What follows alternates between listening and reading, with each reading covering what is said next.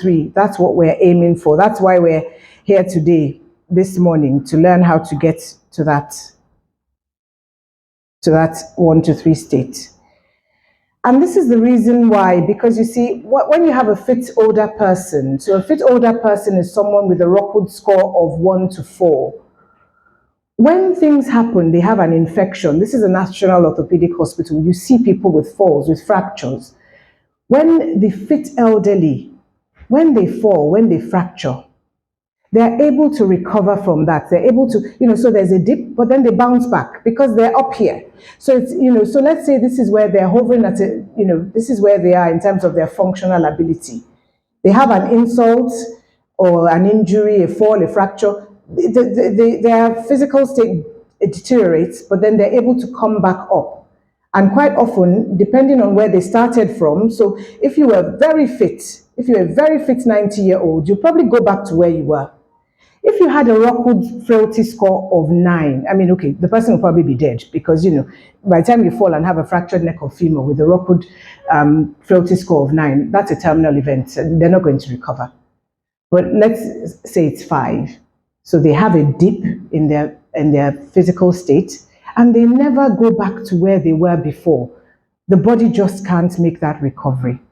So what we want to learn is how we can be at that, what we need to do so that we're in that top category where the fit older person when we get there. So all of you who want to live to 100, you're aiming to have a Rockwood score of 1 to 3 by the time you're 100. So I'm going to talk about the 5 pillars of aging well. So let's assume aging well is a house. It's a house. It has pillars holding it up. There are 5 pillars that hold up aging well.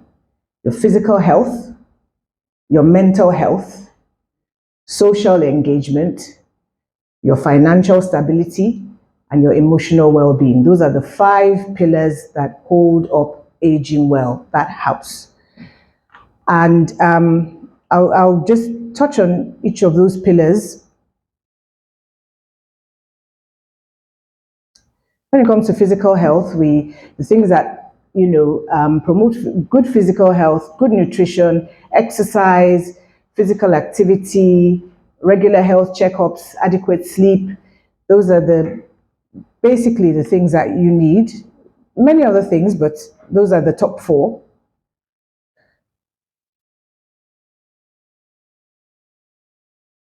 Okay. Sorry, what have I done wrong? Is it not moving? Yeah.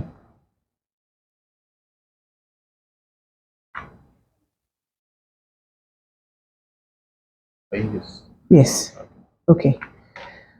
So for mental health, to promote good mental health as you're aging, you need to engage your mind in mind-challenging activities. We call it brain-stimulating activities. You need to know how to manage stress, social engagements, just continue to be active in terms of social activities, volunteering, belonging to clubs, groups, family, and maintaining contact with family and friends. I think when it comes to aging well, social engagements for Nigerians is probably the only pillar that we really do well in, because practically every Nigerian goes to church or belongs to a club or, has family and friends around. Financial stability. So that's very important as a pillar for aging well, because, that's what you need to be able to access healthcare, so that your quality of life is enhanced, so that you're independent, you have your autonomy, you're able to meet your basic needs. And then emotional well-being and a sense of purpose, that kind of speaks for itself, and I'm going to touch on that again.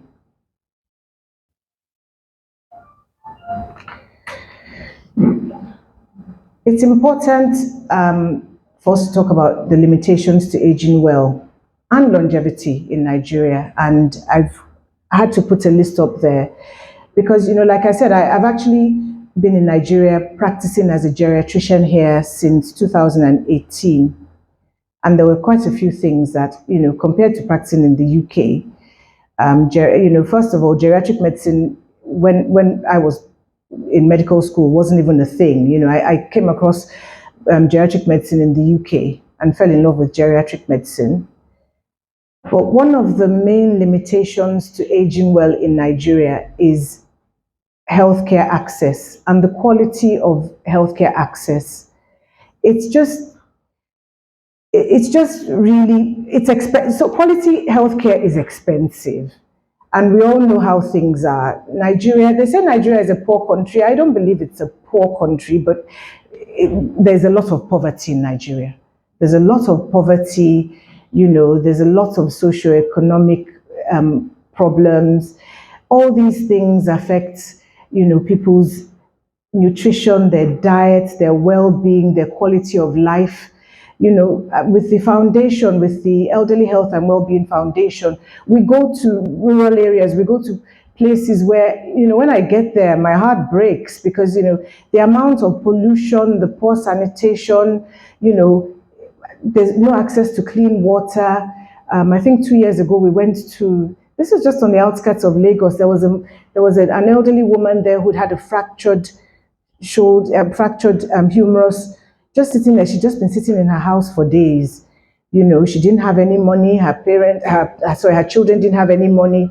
You know, we had to try and sort her out. I mean, she passed away really before we could do very much for her. So the poverty, the socioeconomic status, social support and social networks. So that was another thing. I thought we had this huge social support in Nigeria. Everybody looks after their parents. Not really, especially when you get to the poor areas. People don't really look after their parents. They're out in Lagos working and doing other things and trying to send money back, you know, and then the parents are just left. You know, education or the lack of is also one of the limitations. These are things we can work on. I wrote their cultural beliefs and practices because, you know, when you get to some of these places and you see and you hear what they're telling you and what they believe, then you see why there's limitations to aging well in Nigeria. But I think the main thing is the poverty, the widespread poverty and the poor socioeconomic status and the inadequate healthcare access. Those are the main things. And really, if you want to overcome those things, you need a lot of support. You need a lot of support from the government.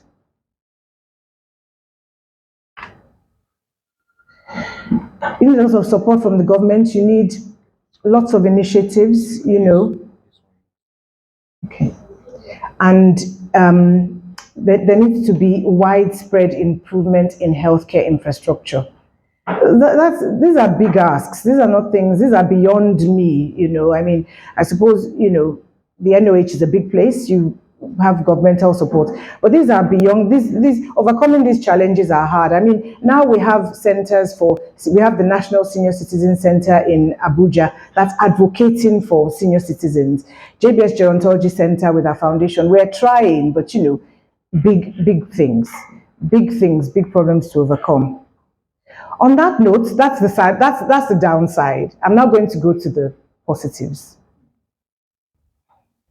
Because what you want to know, especially those people who want to live to 100, you want to know what it is that you can do now so that you can achieve healthy aging.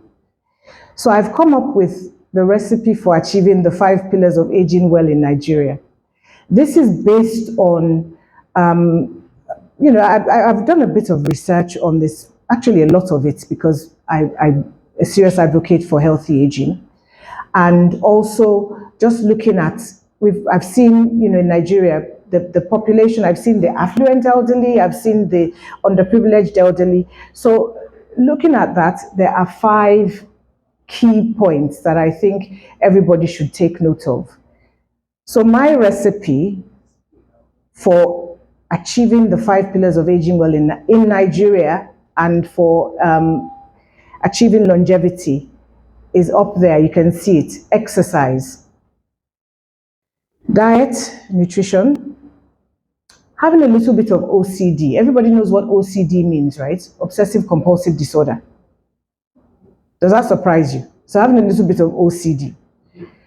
Financial planning, and maintaining social connections. And this cuts across all socioeconomic groups. So if you want to age well in Nigeria, you've got to try and adopt these five things.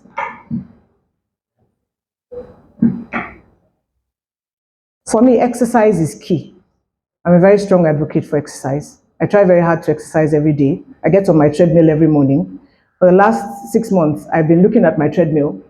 I haven't been able to get on, but well, I advocate for exercise, very much so. In fact, I think if there's one thing that you're going to take